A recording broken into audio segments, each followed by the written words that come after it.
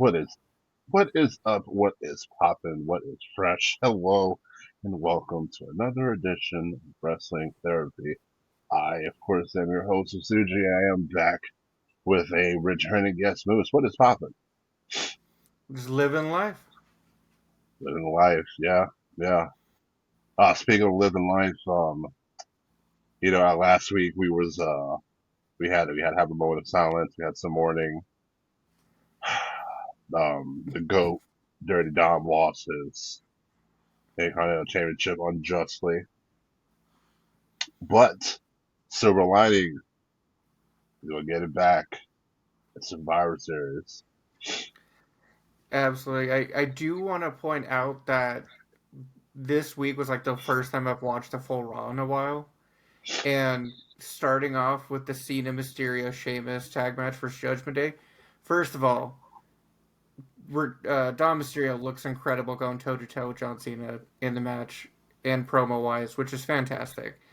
But that made me feel like I was watching back in 2010, one of the weekly episodes of Raw with that 6 man tag. And I love Sheamus putting Cena in the middle for the You Can't See Me.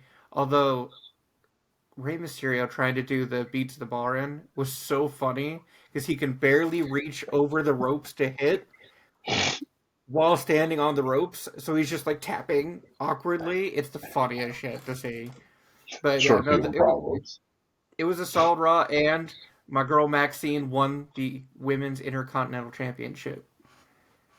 I'm glad you brought up that you watched Raw and you seem to have enjoyed it. And I've asked this a couple different times. I haven't really got a straight answer for most people, so I ask you the same question.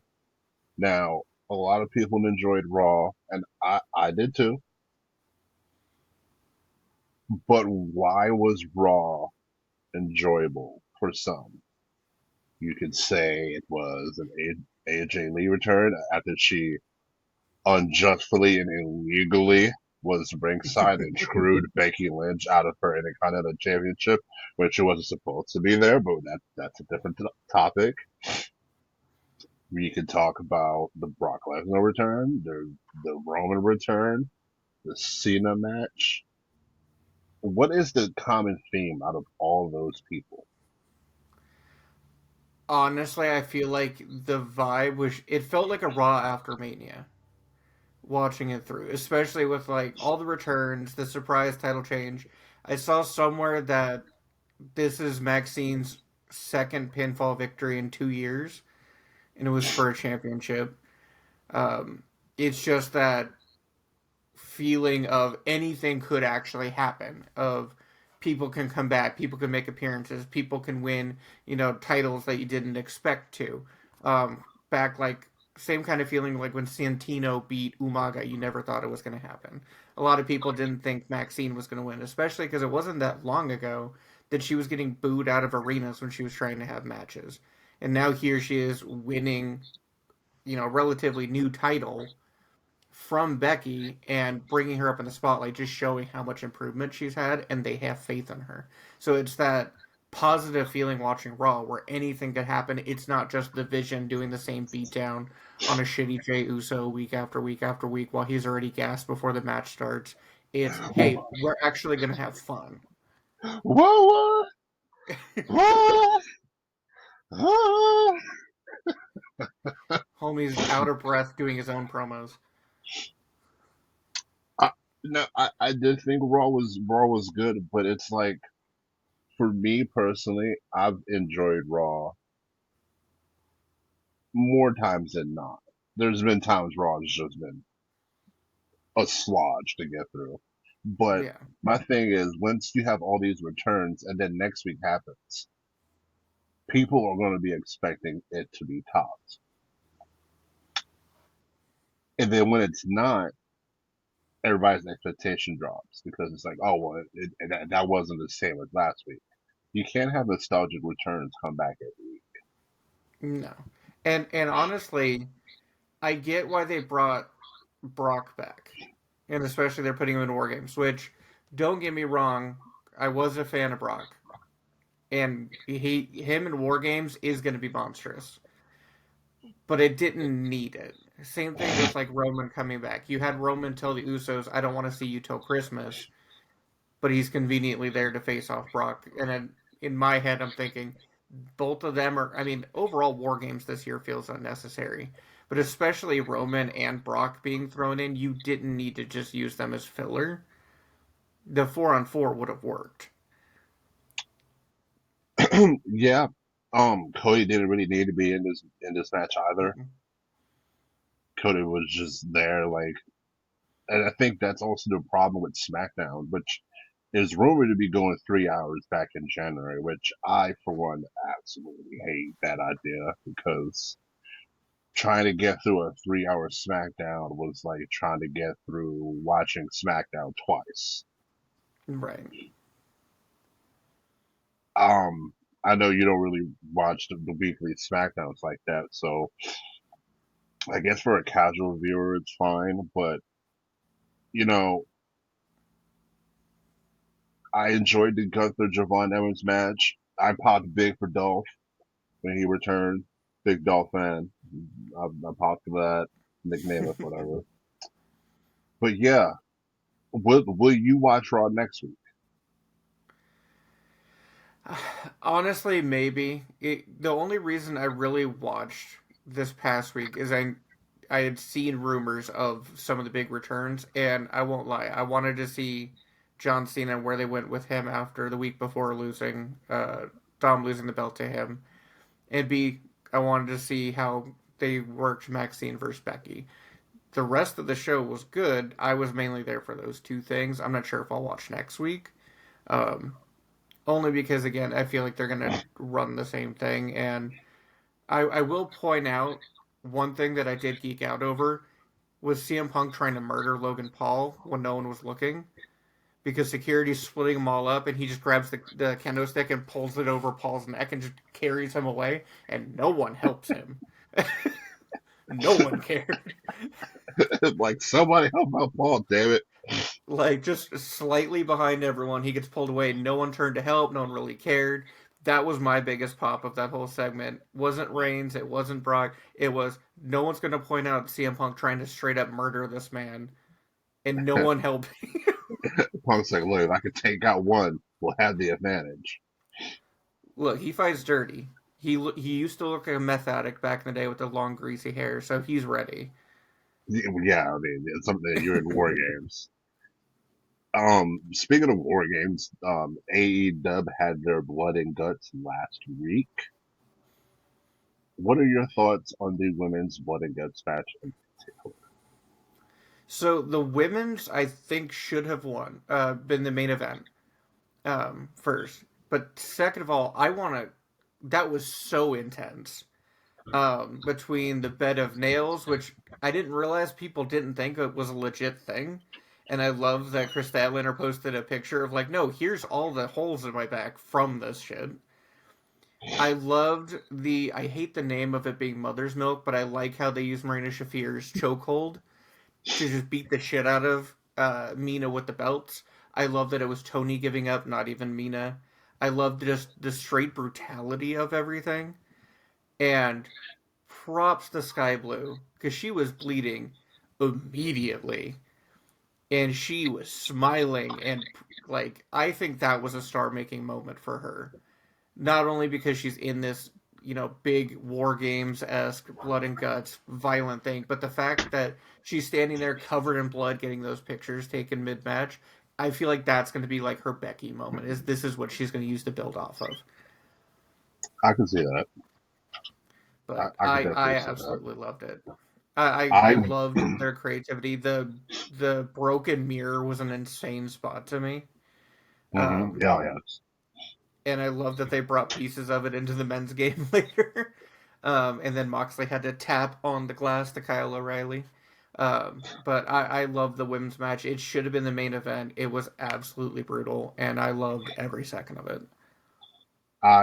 know most people know I am not a weekly AEW watcher, but I do try to tune in for certain matches or certain people, and I watched the women's blood and guts match, and I watched the Hangman Will Hobbs match. I didn't watch the men's.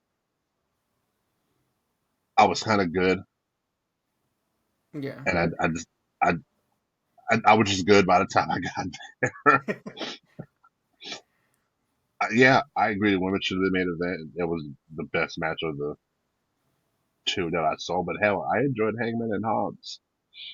Yeah, I mean, again, it's one of those. I'm a big Hobbs fan. I thought it was a great match. I wish more people checked on him after he dropped off that fucking Like ramp he's area. dead, He he's dead. dropped on, like, yeah, he folded up real nice, and no one checked on him after, and that's real shitty. But like, again, you didn't expect him to win against Hangman, but what a hell of a match. Yeah, And it was a good match. yeah, and that's one thing that although I don't think this is the greatest title run for Hangman currently, um, it's again showing, hey, he's the face of the company. He's going to put on banger matches with just about anyone. Same thing with Shibata after on this past week. It's one of those he's putting it on the back while they're building their younger talent. And I will give props to Darby, even though I'm not a fan of his. He took that fucking giant bump through a flaming table and was legitimately on fire for a second rolling around. And you're insane, dude. Props. He is the modern day Mankind, Mick Foley, Cat Jack, whatever version of him you want, which is funny because I don't see that comparison very much because if from what you hear about Darby, it's like, oh man, the insane bombs, the cool stunts, but it's not. Oh man, that was a solid wrestling match. I'm not saying Darby can't wrestle. I'm not saying that, but it was the same thing with Foley. You never heard like, oh man, that was a great wrestling match from Foley. It's like, oh, he got thrown off the cell. Oh man, he got his tooth knocked out, his ear ripped off, and I think it's a fair comparison.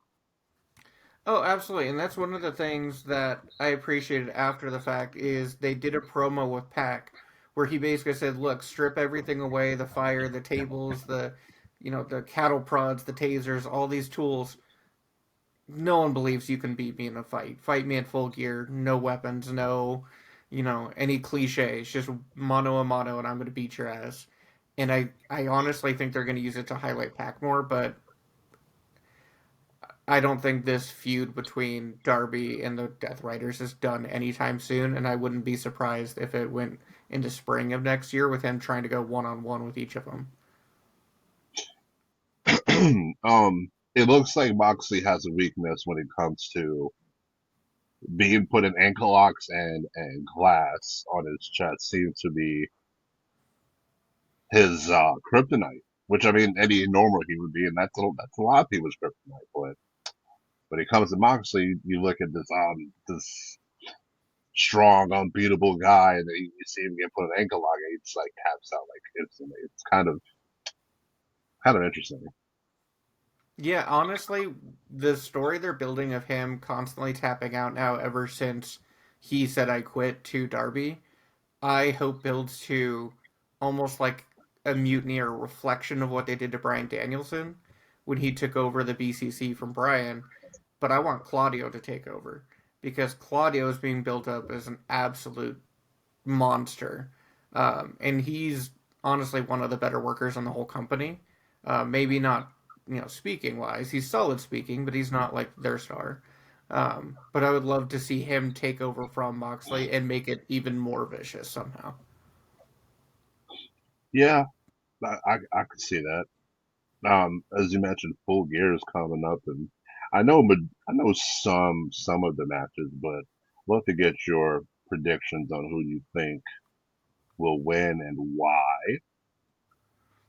Yeah, so I got a match card up, so we can go through all of them. All right, Um, let's do it. Honestly, I'll skip the 0 hour. I have not really watched any of the 0 hours, but the one match on there I think is interesting is they have the CMLL Trios title match. To finish their pre-show, they have Okada, Takeshita, and Hechicero. versus the trios champions, which is Mystico, Mascara Dorada, and Neon.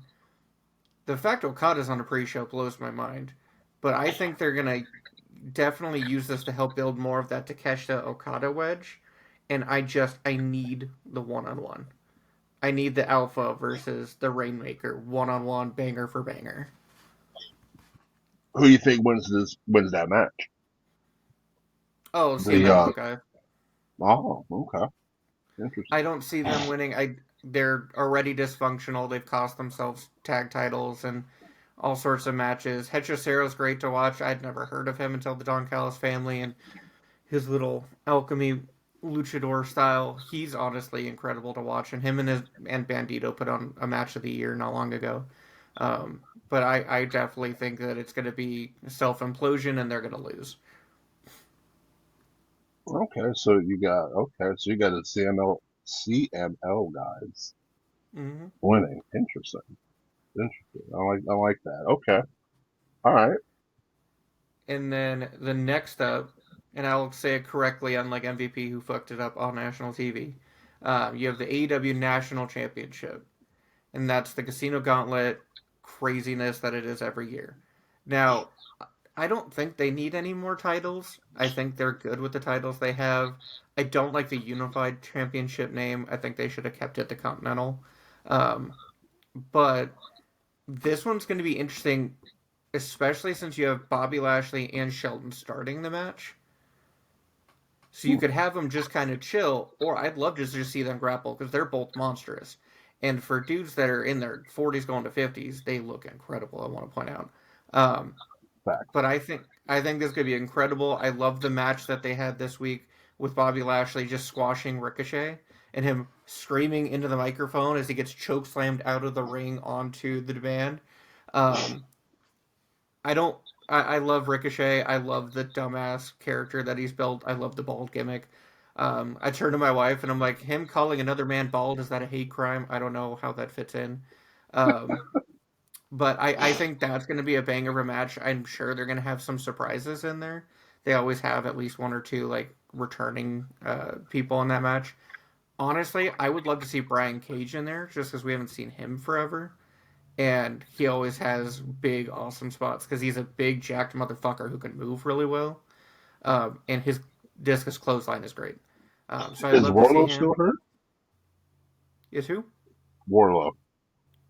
I believe so. He's always fucking hurt. He makes a return, hurts himself. Makes a return, hurts himself, and then can't cut a promo. I don't see the hype with him. Shots fired. If you want a big beefy motherfucker, go with Hobbs. He's great, and I'm he not doesn't gonna get disagree. injured as much. Okay. So that one's gonna be fun. I love that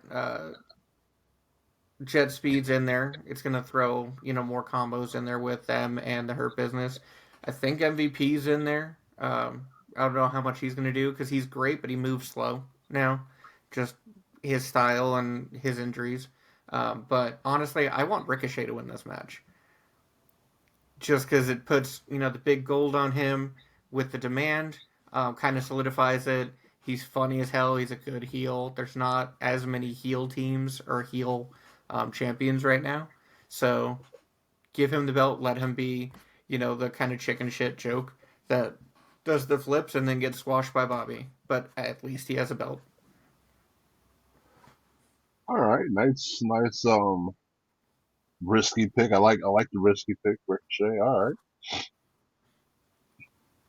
And then if you want to give a guess, or I can go to the next match. Um, I am always gonna go when when the Almighty Bobby Lashley is in a match. Um, I am going the Almighty Bobby Lashley. I mean, solid, safe pick. I would say of the Hurt Syndicate, if any of the three would win, I would love to see Shelton win. Although he Yeah. did kill Speedball. I mean, sometimes sacrifices have to be made. That ref should have counted the three because he got back up and got executed all over again. More. So there's more referees screwing people over going around, huh? That seems to be a Mm. common thing going on. Interesting. They Interesting. want the spotlight. Huh. Yeah. Next, we have the four-way women's tag match. So you have the Sisters of Sin, Megan Bane and Marina Shafir, the Babes of Wrath, which I love that name. That's Willow and Harley, and then Tony and Mina. And they'll win. Whoever wins the four-way picks the stipulation for the next round. And Oh, I'm only excited for this because of the four-way tornado setup that they have, because it's going to allow Marina and Megan, who aren't as good in the ring, to have a lot of moments to shine and give a lot of like rest spots for them to come in and do their big moments. But honestly, I don't see Tony and Mino losing this. I think they're on the warpath after Blood and Guts. I've said since the beginning, I think they're going to be the ones that win this whole thing to give it that initial prestige for the titles and then pass it off to the other tag teams. RIP TJ, who did well but got killed by Marina and Megan. Um, so yeah, I'm going Tony Mina. yeah. From like I said, I'm I'm not a weekly watcher, but just kind of piecing together what I've heard from you or John, another guest, or just seeing. I agree with the sentiment. I feel like they're building this for Tony Storm and made us to just kind of win this tournament. It makes sense. I've seen people upset that the only actual tag team didn't win this tournament, which fair. Yeah, But I mean, I feel like they could dethrone the whoever the champions are. yeah. Honestly, I get why people are mad TJ didn't win, but at the same time, they don't have a storyline set up to do it. It's just they're getting shine to show that they're a tag team. When you have four other teams that are in major storylines and first ever blood and guts matches, they're gonna have the precedent regardless. Fair. Next, we have Darby and Pac. So that one, I just want to see Pac kill him. He's gonna twist him up and spit him out. You think Pac picks up the win? I think he's coming back. He looks super strong. Darby, they might have Darby win because they do like having the good guys win, but I just want to see Pac twist them up and spit him out, because Pac honestly is super underrated, and deserves more. He's had a few titles in AEW, but this version of him, almost looking like an old school like Dynamite Kid attire, I think is going to be brutal, and I think they're going to strap a rocket to him. So hopefully, you know, he just twists him up, spits him out, and gets the W. So are you picking Darby or are you picking Pac? Because it seems like you're on the fence there. I'm picking Pac. Uh, I could be wrong. I'll take the L if I win, or if I do, but I think Pac is gonna go for it. I'm with Darby. Just from what I've seen, they're building him to be credible with these wins and stuff like that. I'm gonna go with babyface. Babyface gets the W here. That's solid. Next, we have Moxley and Kyle O'Reilly as Kryptonite with the ankle lock. Um, I think Kyle's gonna win. I think there's going to be conglomeration fights off the outside interference from the Death Riders, and it's another tap out, and that builds the Moxley losing grip on the Death Riders. Yeah, from what I've seen, I feel like a lot of what I've seen from Moxley over the past few months have been losses where he normally wins, which is interesting. I agree. I do. I think Kyle O'Reilly's gonna win and just put the ankle lock on Moxley, and Moxley's just gonna fold because the kryptonite. Yeah, absolutely. The next up is going to be Jurassic Express and Kenny Omega versus Josh Alexander and the Bucks for $1 million. And honestly, I don't see the Young Bucks winning. I think they're going to go back to losing. I think it's going to be them not joining the Callis family that cost them. with their dynamic with Josh Alexander, which they were already showing this past week. Um, Jurassic Express has come back and been on fire. Kenny just came back again from another big ass beatdown. And I think they're just going to run with the story of them not joining the family for the Bucks and being broke as hell, and maybe getting back with Kenny Omega and the Bucks, and Jurassic Express. I think they're gonna have the baby faces win, and we're gonna have Tarzan Boy playing, and everyone doing the wave. I don't have a vibe on that, but I now that you kind of explained what is going on with the Bucks, it sounds like they're trying to do the bum ass Corbin deal Mm-hmm. in a way. And this is Omega's first match back since he got taken out. Not his first match back, but his first like big like highlight. He's had a couple Oh, matches in between, but they've been kind of like almost like throwaway matches. It feels like where it's obvious that he's gonna get the win, and then they do a beatdown after. This is the first like big match. okay. Yeah, yeah. This feels like a very babyface heavy show, but yeah, we'll go to babyfaces again. Solid. Next, we have Kyle Fletcher, the Proto Star, and Mark Briscoe for the TNT title. If Briscoe loses, he has to join the Callis family. Oh, okay. See, I didn't know that. Kind of interesting. Yep, he has to join the Callis family. Currently, Kyle Fletcher is 3 wins, 2 losses against Briscoe. So for me, I as much as I hate it, I would not be surprised if they have Briscoe win, just to have him finally conquer, not have to join the family, stay with the conglomeration.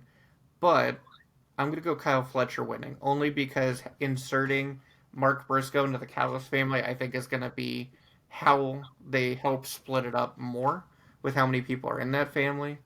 Him wedging between Kyle Fletcher and Don Callis, maybe, while you still have Takeshita and Okada fighting on the other side. So they're like injecting all these variables that are going to help split it up. So you think Briscoe joins the Don Callis family? I think he loses after a top rope brainbuster from Fletcher and joins the family, and it's almost like a Cena joining the Nexus. Okay.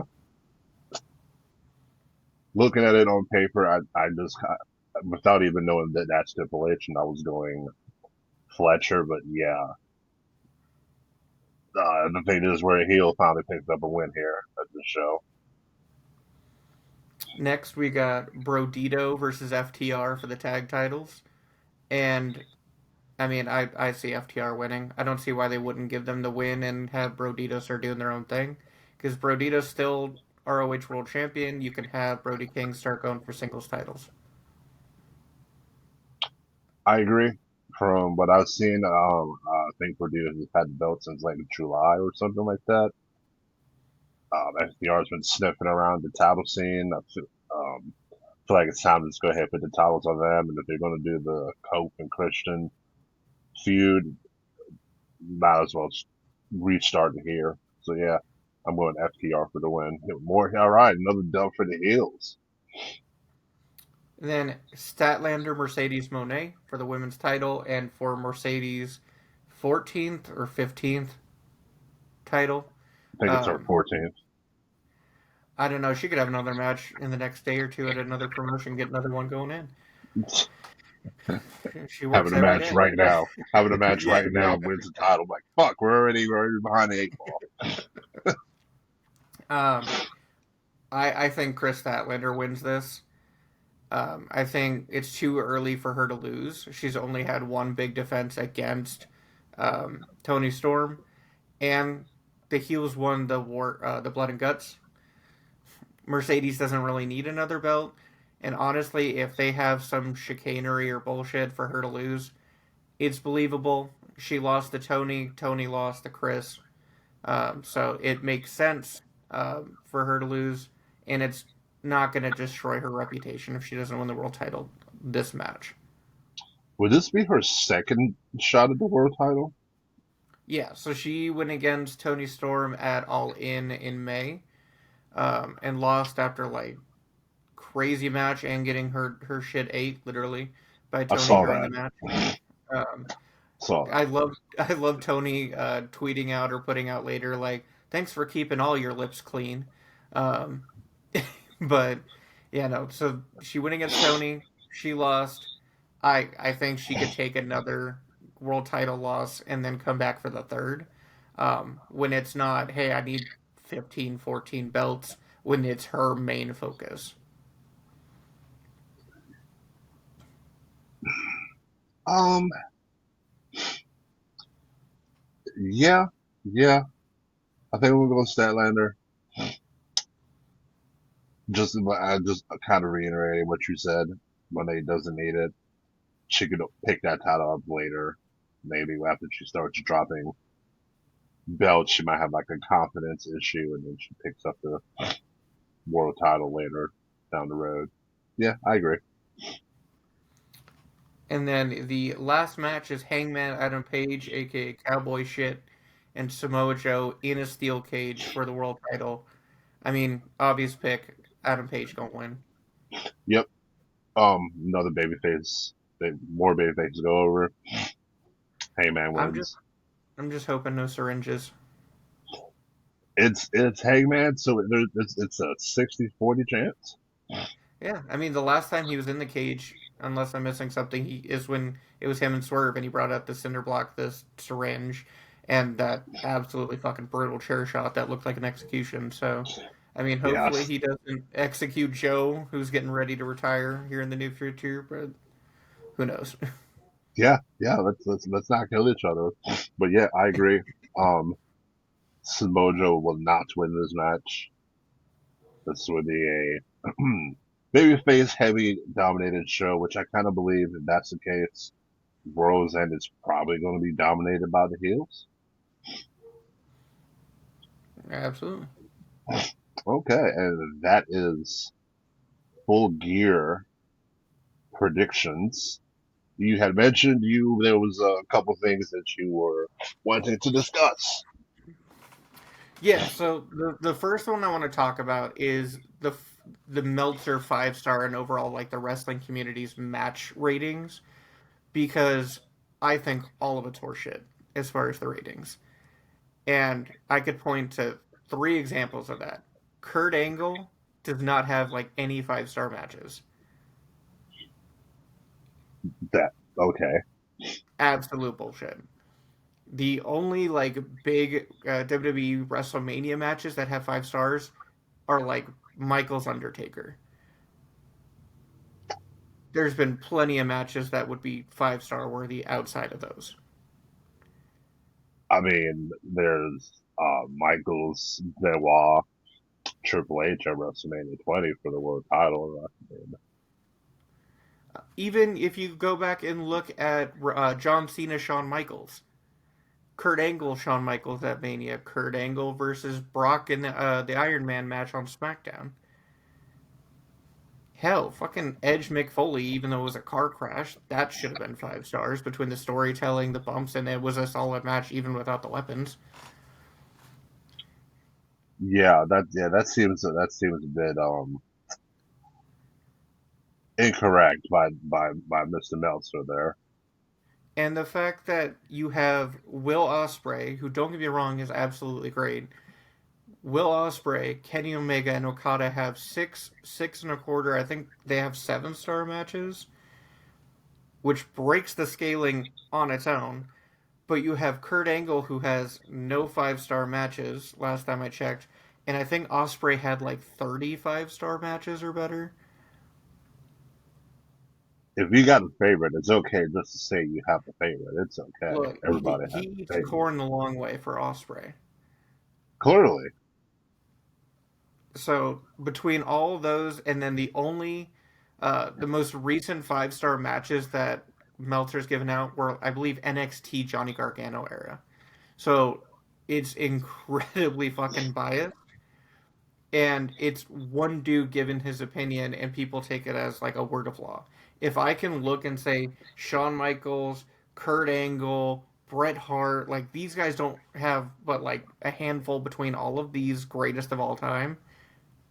There's not much credibility there. Yeah, if you're going to tell me Kurt Angle doesn't have a 5-star match, I think the conversation is already over. And Like, hot take, I would say Kurt Angle is a better technical wrestler than Bret Hart. I won't fight you on that. That I've is always like thought Owen was better than Bret Hart anyway, so I won't fight you on that. Owen was better on the mic than Bret too. Yeah, see, facts. Although Owen in the Nation of Domination was always weird to me. Yeah, my only thing I didn't like about Owens was when he broke Austin's neck. Didn't like that. Yeah, Wasn't a fan of it that. didn't need the sit out tombstone. Although I did see comparisons between Owen in the Nation to Sami Zayn in the Bloodline, and I can't unsee that now. It's accurate. It's 100% accurate. I just It's feel like Sami 100%. was funnier in the faction. Sammy was funny because it felt like it was genuine moments where he was having them break and just laugh, like where he dropped the Uzi thing. Like Jay's just like, try to be serious, try to be Oh serious, but no, it was funny. it was so funny. He would get everyone to break constantly. Like he'd get Jimmy and Jay to break every week. He started getting Roman to break. Paul was dying in the corner usually, and it's just like what he's just saying normal shit for him, but because they're trying to be so serious and badass, and they have this fucking clown with them who's dancing and saying "Usi," it's fucking great. Yeah. Hot take. I really feel like Sammy and Bloodline. That was probably some of the best storytelling they WWE has told in a while. In a while, it was entertaining. They all had titles. It was a really great story. Yeah, I think they lean so heavily on it, even with some of the storylines in between not being great, like Roman's championship matches personally. Overall, because it was so hot, I think that's why we're getting this oversaturation of WWE factions, where everyone's jumping into factions. It seems like outside of like LA Knight or Punk, because you have the Judgment Day, you have the LWO still hiding somewhere, you have El Grande Americano and Red and Blue. I don't remember. Was it the I think Americanos? it's Bravo, and Riho. Allegedly, Pete Dunne and Tyler Bate. Yes, thank you for saying allegedly. Appreciate that. I think because they were so good as a faction, they're going to keep trying to run with it. And you only really need one or two big factions. Like, I feel like Judgment Day could go away. And, overall, you'd have a better Monday Night Raw if the main faction was just the Vision. I, I feel like if they turn Judgment Day face, it'd be something different. I would like to I, see Judgment Day as faces because Finn is over as a face. Roxanne's young. People can get behind her. Raquel gets unnecessary hate personally, but that different conversation there. Raquel's great. I don't care what people say. She's great. And the fact that she can work so well with anybody is really underrated. I mean, hell, she put over Mandy Rose in NXT back in the day and made it believable. So Man, I I think it would work if there was a face faction. I don't know if you could turn the Judgment Day itself face. I think they'd have to rebrand to something else at this point. Um, but no, I think they need to take a breather from factions at least for a little bit, and just leave the Vision. Although get Logan Paul the fuck out of there after War Games. As much as yeah, I hate Logan Paul, he has a great finisher. Pulverizer. Yeah, that shit's good. Although AJ probably made it look way better than it needed to be. AJ could take a finisher from a mop and make it look good. I mean, Kenny's actually done that and a blow up Yeah, doll. yeah, that's true. That's uh, rare talent, man. That's people don't understand. Like you can go in there and have a match with a fucking blow up dog, and it be a banger, and it's better than some matches you see now. That tells you how talented that wrestler is. I also want to point out real quick because it just came to my brain the injustice it is that out of the entire Alpha Academy, the only one who hasn't won a title has been Chad Gable. He's he's won the tag titles. Not since Alpha Academy started. He has not I won mean, any title since the Alpha Academy started. Akira Tozawa has won the 24/7 belt. Otis won the Money in the Bank, and now Maxine's won the Intercontinental. The only one who hasn't has been Chad. well, Otis didn't do shit with that Money in the Bank briefcase. I mean, Yeah, but he still won it.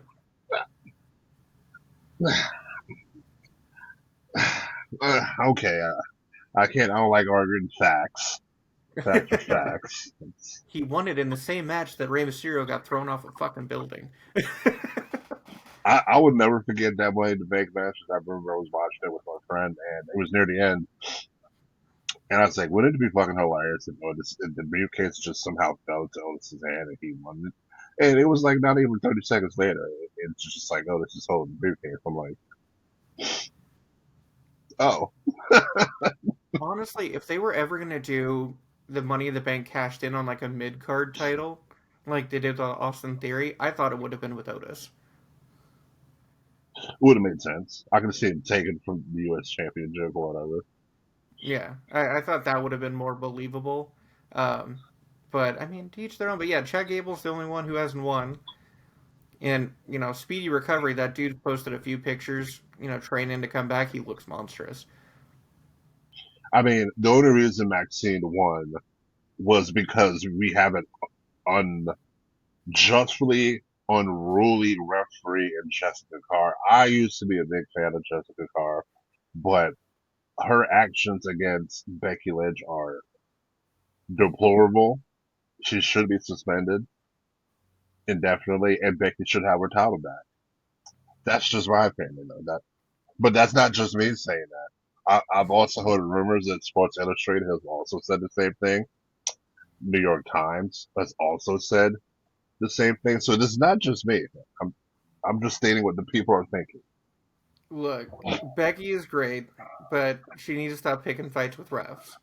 Although it is giving me the same vibe as like a Triple H back in the day when he'd pick on the refs and they'd fight back. You know, you know what actually what I would like to see out of that Becky Jessica thing? A match. I know Jessica's had some matches in Evolve, and I think that this if this is it seems like they're doing this on purpose with Becky and Jessica. It's not just a 1 week thing. This has been for a few months now, and even if Jessica loses this match, if that does happen, I think it would be entertaining to see what Jessica and Becky could build off of this. Yeah, I could totally see that. I just want her to come out in the ref gear still since she's wrestling under a mask for Evolve. So I'd Hmm. love her to come out like OG, like Earl Hebner versus was it Nick? Not Nick Wayne. Nick, uh, Nick Patrick. Nick Patrick, yeah. Like that kind of like referee bullshit match against Becky, I think would be hilarious. Especially if you have Maxine or AJ taunting her the whole time. Ooh, have one of them be special guest referee even. That would be such a fun, dumb match. That I mean, we'll probably won't get, but that would be incredible to watch. You never know, man. I think they're trying to build to something with that because it just seems a little too. It's one thing like okay, like if you go prime example, the Drew and I think it's Dan Angler where Drew Claymored him last week or week before on SmackDown, whatever. Like that doesn't that doesn't feel like it's going to lead to much of anything. But this feels like this could actually be something interesting on the side because I mean she screwed Becky. in the count out match where she was blatantly counting Oh yeah. super fast, which I mean, how you go from 6, 7, 8, 9, 10, like I mean, hey, the disqualification, okay, I mean, sure, she used the title, but this one here, I don't even think Becky's shoulders were down all the way. I didn't even see her check the shoulders, and honestly, it looked like it was the fast count too.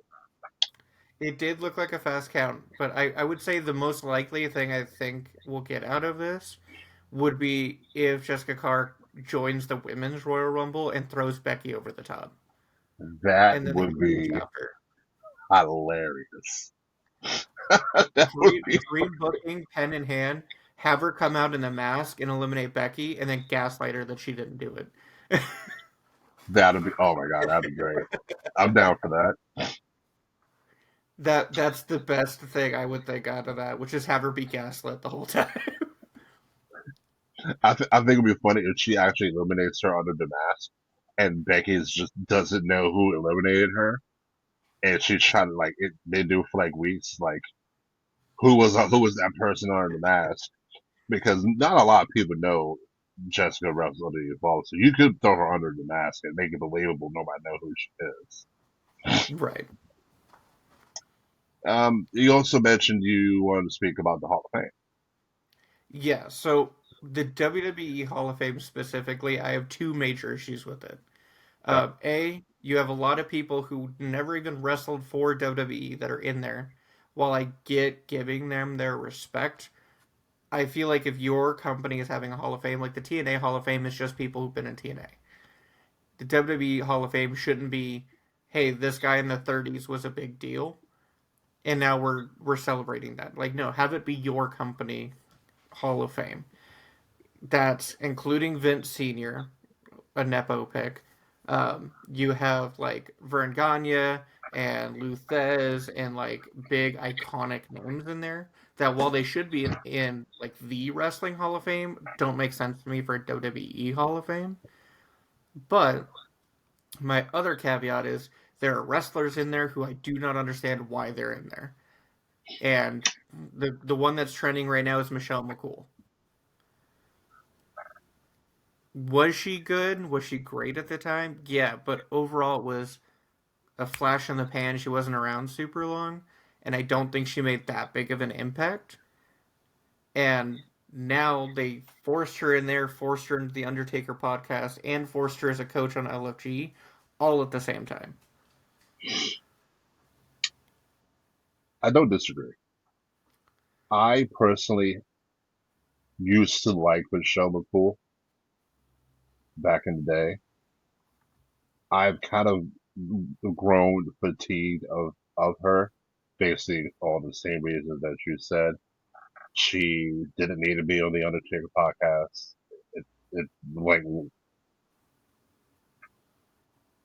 your presence was not needed. As you mentioned, LFG, like it's like they're like, hey, we want to do this thing with Undertaker, and they're like, oh, we gotta have the show too. It's like Right. And I'm like, you have her in there.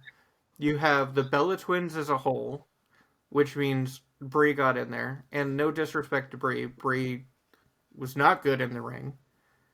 Neither her or Nikki are particularly good on the mic, although you could argue that Nikki had a bigger impact for the Divas era and could use that as an argument for her to be in there. Although I think if you're in the Hall of Fame, you shouldn't be wrestling. Period.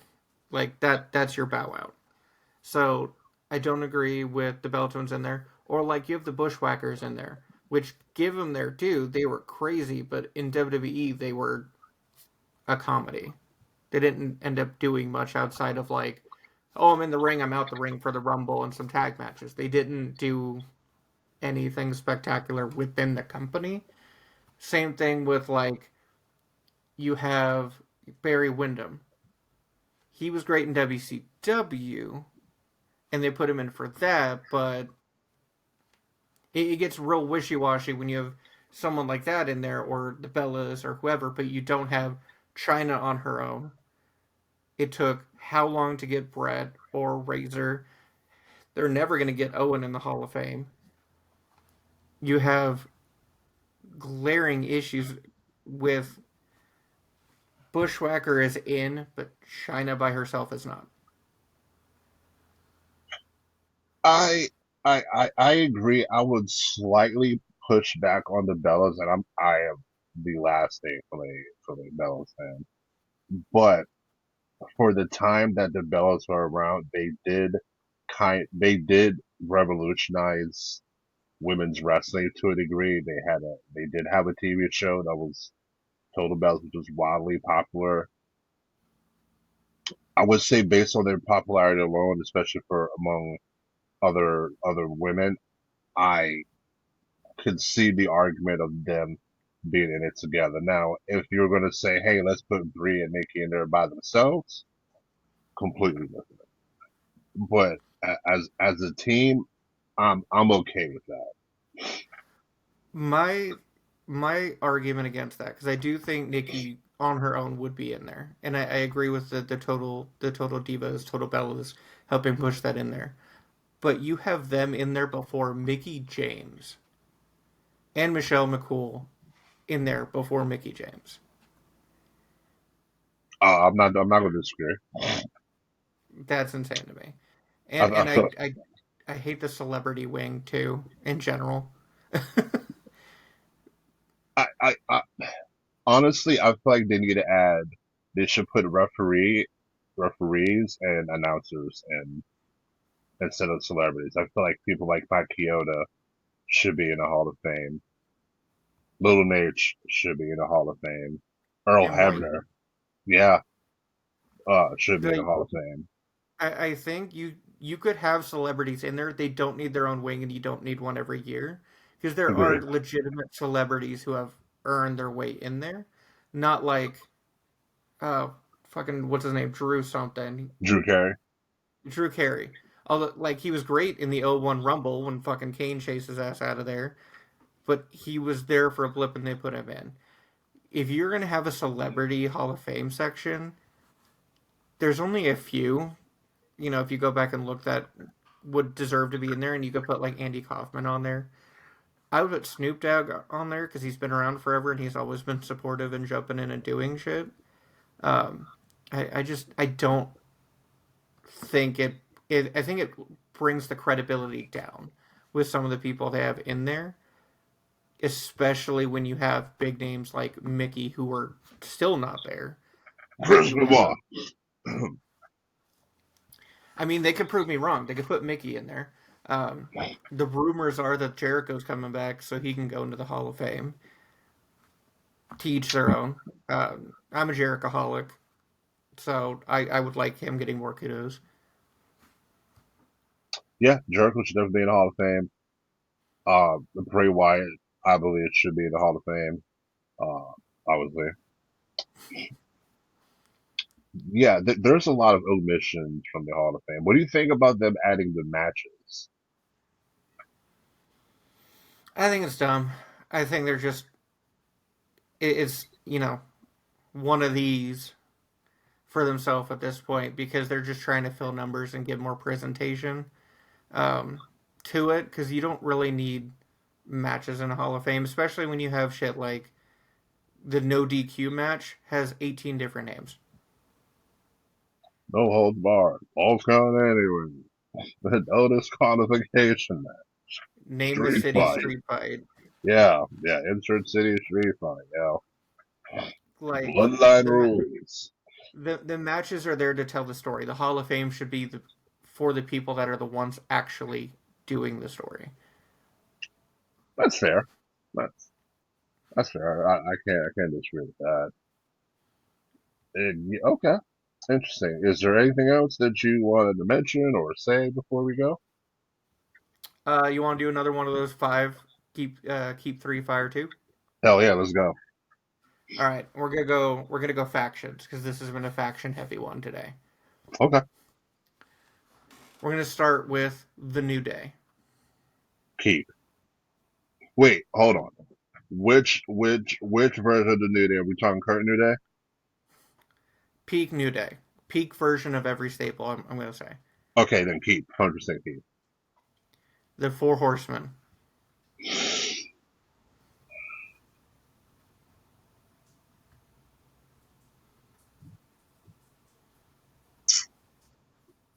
Fire. The NWO.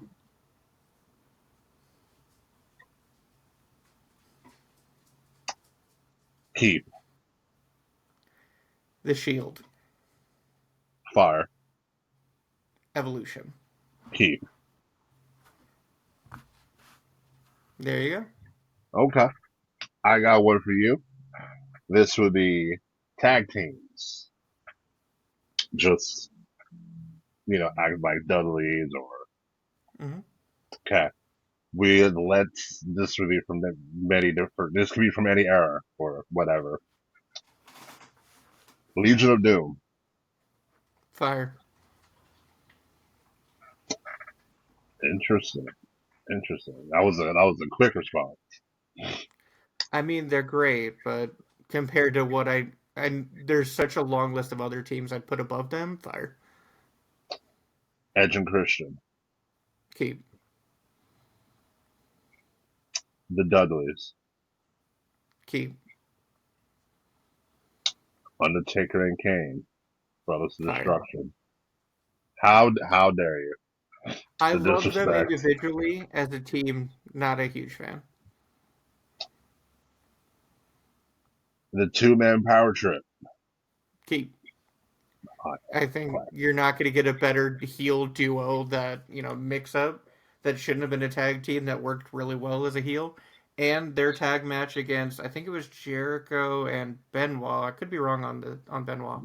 We're talking about the Was one where he tore his quad. Yeah, that tore his quad, which helped build Triple H's empire. So definitely keep. Yeah, I agreed.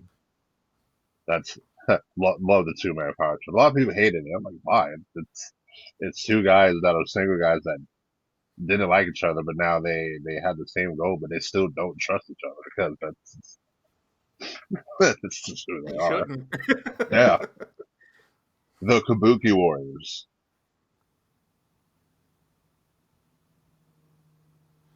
Fire. Oh, I love them, but I think they work better individually. I couldn't see myself flying off there. I do it. See, And like, what? Hmm. as I say, even if you're going with, like, you brought up Brothers of Destruction, that's not even, like, the best tag team of Kane's. You liked him and X Pac?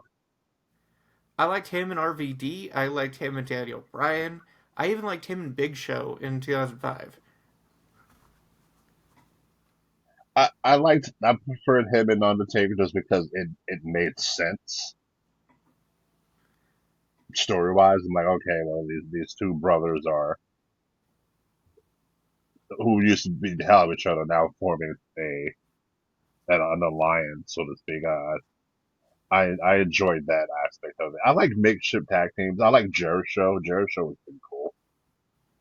Oh, that bump Jericho took against DX, going out the ring, chin first on the table. Nasty. Yeah. Mm-mm. Maybe next time we could do rivalries. We do rivalries, and we could go over title belts. Okay. I like it. I like it. Do I have anything else for you? Yeah. I got one game for you. We can do championship dethrone. Who should dethrone said champion? Hmm. All right, we can run through this. Let's see. We have the new NXT Women's Champion, JC Jane. Insane that she's champ again. Zarya. Oh, not where I thought you were gonna go with that one. Okay, I like it. Let's see. The AEW World Champion, Hangman Adam Page. MJF, who sleeper pick MJF returns in the national title Casino Gauntlet. Okay, okay, interesting. Ricky Saints, the NXT champion. Darula Obafemi, who cooked him on the mic. Dear God, Oh yeah, oh man, oh boy. I just felt like Ricky Saints should have just been like, "Here you go, bro. Look, you got it. You just got leave. it. Yeah, my bad. I didn't mean to upset you." All right, let's see. The new women's North American champion, the glamour one whose theme song is a banger, Blake Monroe. I mean, I could say no one, but that feels like cheating. Um, Jordan Grace. Jordan is a good one. And then this one, last one, super easy. There's really only one answer that I'm looking for. Actually, no, there's actually two more. There's actually two more I want to do. First one, we'll do the alleged women's intercontinental champion, who shouldn't be intercontinental champion because of reasons we mentioned earlier, Maxine. Roxanne Perez. You know who I would like to see take it? Ivy now. That's a solid pick. She doesn't get enough screen time. Yeah. Give me Ivy now. Oh, hell. Raquel. Dude, bring the Creed brothers back. I don't know where they went, but bring them back too. I, I heard a rumor that apparently they had a match with Priest and Brutus like landed on Priest wrong or something like that, and Priest complained and they've been pretty much buried ever since. Don't directly quote me on that, but I have heard that a few different times. If that's true, bisexual Undertaker should be ashamed. Yeah, because I mean, you're not Randy Orton. Shit happens. Yeah, it's wrestling. Shit happens. Like, Yeah, you're gonna get hurt. yeah, It's not always gonna be perfect. yeah, it's okay. And then the last one, super easy. Like I said, only one logical option here, but the current men's intercontinental champion, John Cena. So I'm gonna give a caveat on this one that you might actually enjoy. All right, I'm listening. So I would say obviously Dominic Mysterio should take it off him at Survivor Series. My only caveat would be Ray gets involved, costs him, and they use it to start pushing Dom toward the world title picture. That's my only caveat. If you use it to push him and Ray going into next year, do a retirement match and push Dom toward the world title, I'd be okay. Otherwise, give him the IC title belt. That's yeah, okay. That's fair. And I think I was talking to somebody about this. Like, the John Cena thing. It's like him holding the title till the end didn't make sense. I mean, he still can, but if Gunther's gonna win it, I mean, if Gunther's gonna win the IC title, which he doesn't need. I think he's past that. I think he should be going against Cody personally. But at least if not if, when the greatest Mysterio ever, Dirty Dom, take the title back from John Cena, then that frees up whoever wins to just beat Cena and not have to worry about the IC title. Right. I think I don't know about you. I'm mostly underwhelmed with the matches Cena's had on this tour. I feel like they could have done a lot more than they could, and I know they wanted to give him that heel run and the record breaking, not record breaking title run. Because technically, I think Ric Flair has like 21 or 23 world titles. That if you count all of them, he has more.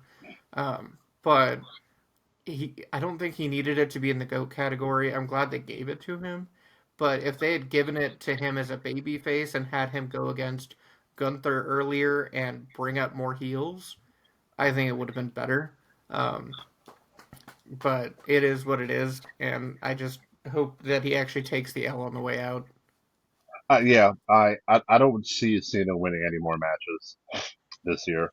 I know he's supposed to. I'm not sure if he's appearing via satellite on NXT or if he's like actually going to physically show up. But I know he's supposed to announce the men's and women's deadline matches, not deadline, Iron Survivor Yeah. um, participants. So I think that's kind of cool. He's doing that.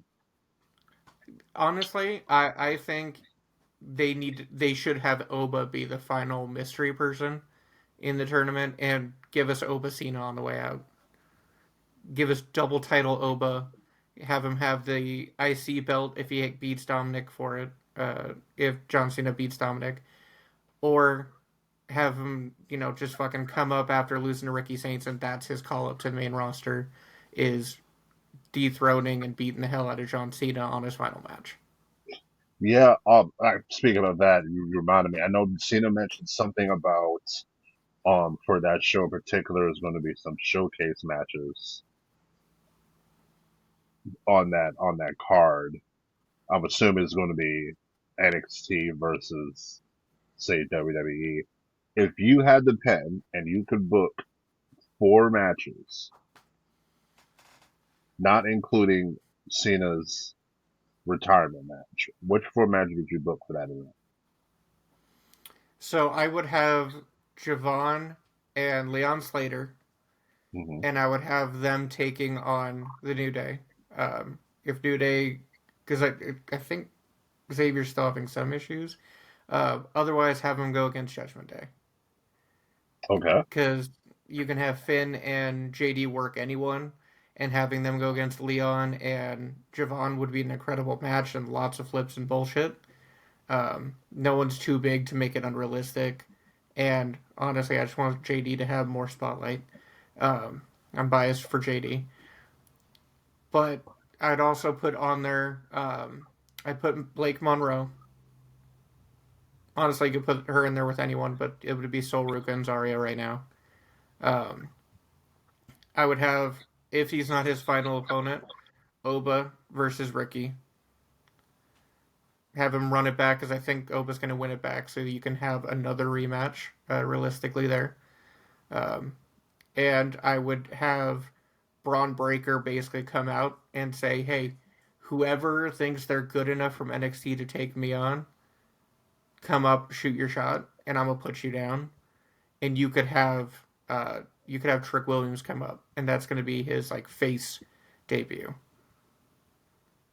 Okay. I, I I'd still rather him be in the Vision, but okay. I think if I had the choice, I would have Blake Monroe versus Rhea or Charlotte.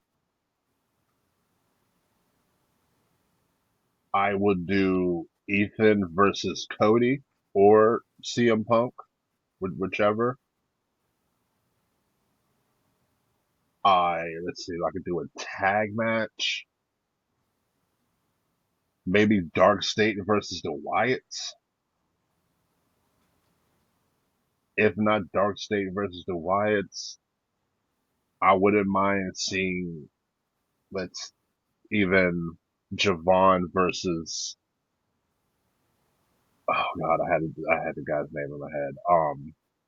Javon versus a Montez Ford would be really interesting. ooh. Two very talented high flyers. I kind of want to see who can jump the highest through a frog splash. And if I could throw one more in there, give me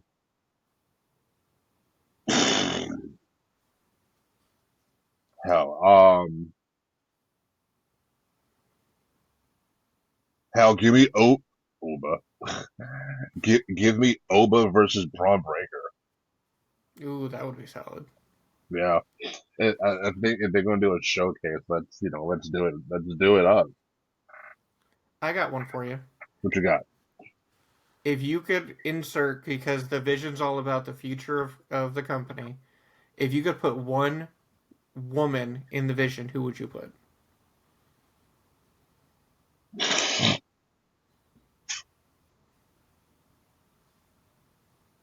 Hmm. Blake would feel kind of out there. Maybe Zarya? I could see that. If either Zarya or Big Cat, the Kid Alliance. so bad. Oh, That's yes. that's terrible. What? I was gonna say Julia because they could theoretically just have Keanu James dip and put Julia in there.